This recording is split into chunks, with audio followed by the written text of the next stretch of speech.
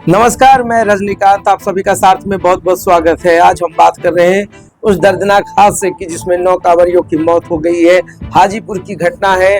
हाजीपुर के औद्योगिक थाना क्षेत्र के सुल्तानपुर गांव के समीप कांवरियों से भरी ट्रक जिसपे डीजे ट्रॉली मौजूद थी और वो अचानक हाई वोल्टेज तार के संपर्क में आ जाता है, जिसके कारण झुलस कर 9 कांवरियों की मौत हो जाती है और कई लोग घायल हैं।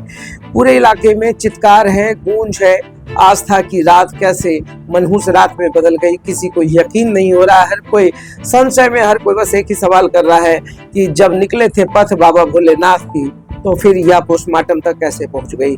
तमाम लोगों की जो मौत हुई है, सभी के सबको पोस्टमार्टम के लिए सदर अस्पताल भेज दिया गया है। पूरे गांव का माहौल गमगीन हो चुका है। 9 लोगों की मौतें हुई हैं, के परिजन काफी चिंतित थे, कोहराम मचा हुआ है। और जहाँ तक मुझे पता है, ये जेठुई गांव के सभी लोग रहने वाले थे।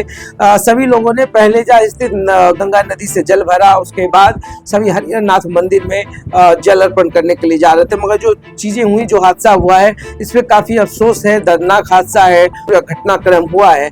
आखिर हुआ तो क्यों हुआ, इस पे कब समाज जो है वो चिंतन करने बैठेगा। एक ट्रक के ऊपर इतना डीजे ट्रॉली के साथ आप जब निकलते हैं, तो क्या इससे पहले शांति समिति की बैठक हर जिलों में नहीं होनी चाहिए?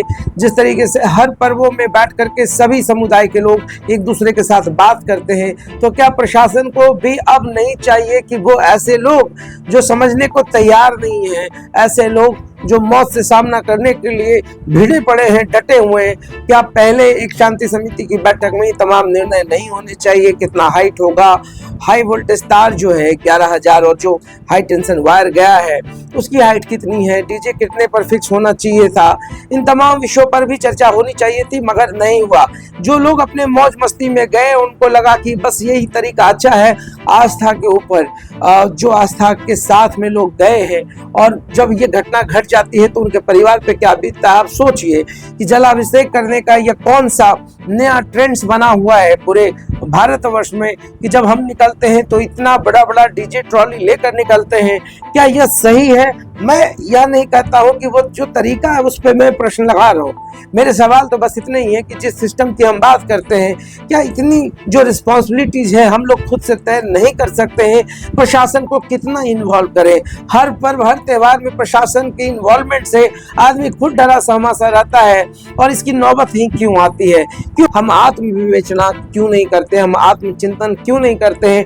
क्यों हमें लगता है कि जब हम किसी पथ पे, धर्म के पथ पे जा रहे हैं, आस्था के पथ पे जा रहे हैं, तो यह जो तरीका है वो जस्टिफाइड करने वाला है?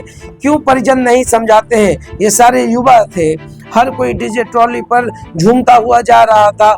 जाते हैं, कोई दिक्कत नहीं है, कहीं पे कोई परेशानी नहीं है, मगर परेशानी तो तब है जब कायदे कानून को आप ताक पर रखकर इतना हाइट पर आपने डीजे ट्रॉली को बांध रखा था, जिसके कारण इतना बड़ा हादसा हुआ।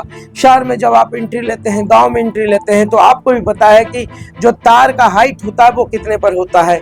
सब कुछ हो गया, सब कुछ खत्म हो गया। उन 9 लोगों के परिजन से पूछिए, अब उनके सामने जो आस्था है और आस्था के बाद जो घटना घट गई है, वो कैसे दोनों को कोरिलेट करके जस्टिफाई कर पाएंगे? ये मेरे सवाल हैं। सवाल मेरे सिस्टम से वही है, प्रशासन से भी होगा। जो एंट्री एग्जिट पॉइंट होता है, क्या उससे पहले तमाम चीजों पर बात नहीं होनी चाहिए? इस पर बहस नहीं होना चाहिए? इस पर डिस्कशंस नहीं होने चाहिए कि हाँ, आप जब जाएंगे तो आप कौन से चीजों को परहेज करेंगे, क्या क्या आपको सावधानियां बरतनी चाहिए?